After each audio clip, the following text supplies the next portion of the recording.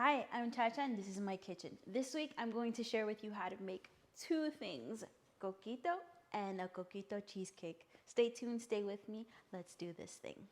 Let's do it. Let's do this thing.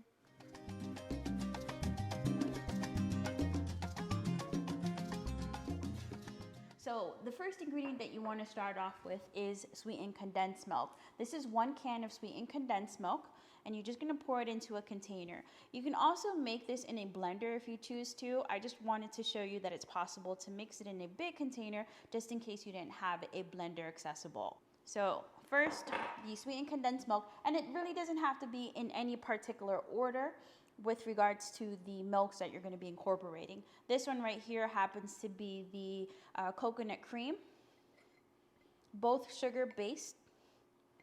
One utilizes milk from the cow and the other one is milk from the coconut. Now, if you want to make your own fresh coconut milk to make this ingredient or make this drink, you definitely can. And they're also vegan coconut condensed milk as well as vegan evaporated milk, just in case you wanted a vegan version of this. Here we have evaporated milk, just plain evaporated milk. 1 can of that.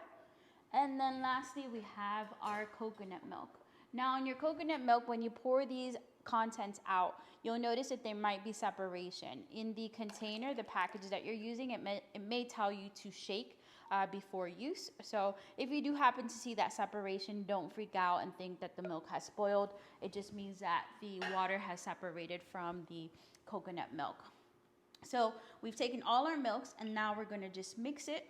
Like I said, you can put this in the blender if you choose to, or you can just mix it in a big container. Once your milk mixture has been incorporated, you're going to place 2 teaspoons of vanilla extract into the milk mixture. And then you're going to add 2 cups of rum. You're going to add 1.5 teaspoons of cinnamon and 1/2 teaspoon of nutmeg. Now you're going to take this and place it inside your rum. Now the reason you're going to do this is because it reduces the amount of sediment that occurs if you were to take those ingredients and place it directly into the milk mixture. So you just stir until well incorporated. That's the vanilla from earlier. You want to stir that. Then take the cinnamon, nutmeg, rum mixture and incorporate it into the milk mixture. And there you go. That is the coquito mixture.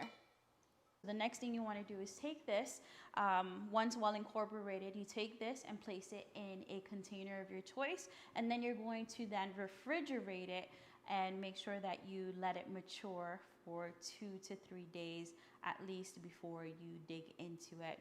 Don't serve this immediately. This definitely needs to cure for a couple of days. What happens is that the flavor, the spices, the milk, in addition to the alcohol will just start to marinate and mature, and it just really elevates the flavor profile of the coquito mixture.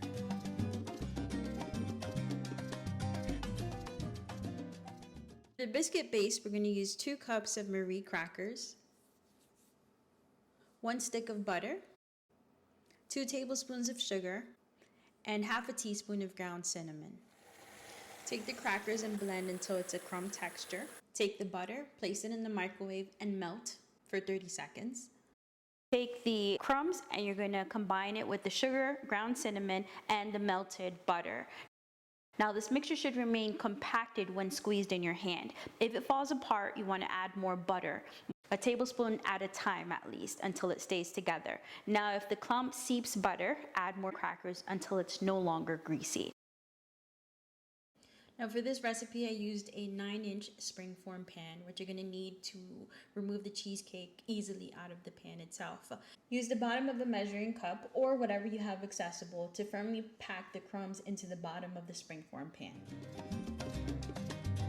For the cheesecake mixture, we're going to need the following items: 2 cups of coquito split in half, 1/4 cup of cornstarch, 4 8-ounce packages of cream cheese, 3 large eggs, a cup of sugar, and 2 teaspoons of vanilla extract. In a large bowl, you want to beat 1 package of cream cheese, a 1/3 cup of sugar, and the cornstarch together on low until creamy, about 3 minutes. Now blend in the remaining cream cheese 1 package at a time, beating well and scraping down the bowl after each. Next, you're going to add your vanilla extract, incorporate that into the mixture. Your eggs, 1 at a time, make sure to beat and incorporate and clean those side walls with the spatula. Continue to add your egg mixture. Blend all these items until smooth, but be careful, you do not want to aerate the cheesecake filling too much as it causes cracks when it bakes.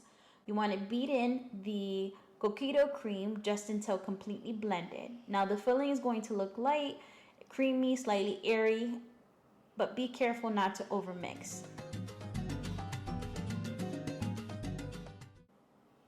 Take your pan that had the crust. I'm going to apply foil all around the edges. Now the reason the foil is utilized is to make sure that there is no water that's going to seep into the pan when cooked in a bain-marie. You want to then gently spoon the batter over the crust. Place the pan in a large shallow pan containing hot water that comes halfway, about 1 inch up the sides of the springform pan. Set your temperature to 320 degrees and you're going to bake this for about 70 minutes. Once the cheesecake has been cooked, you want to remove the cheesecake from the water bath and let cool for about 2 hours. Then leave the cake in the pan, cover loosely with plastic wrap, and refrigerate until completely cold before serving.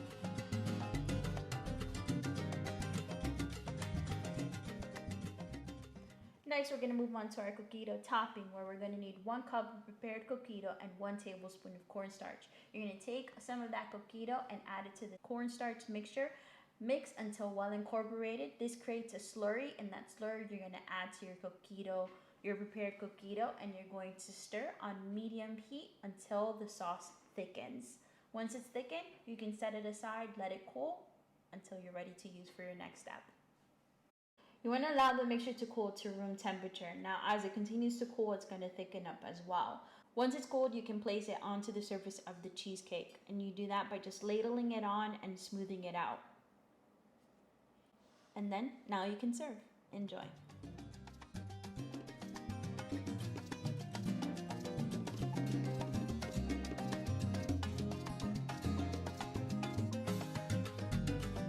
Don't forget to like, comment, and subscribe down below. Until next time, it's Cha-Cha. This is my kitchen. Let's do this thing. Let's do it. Let's do it. Let's do it.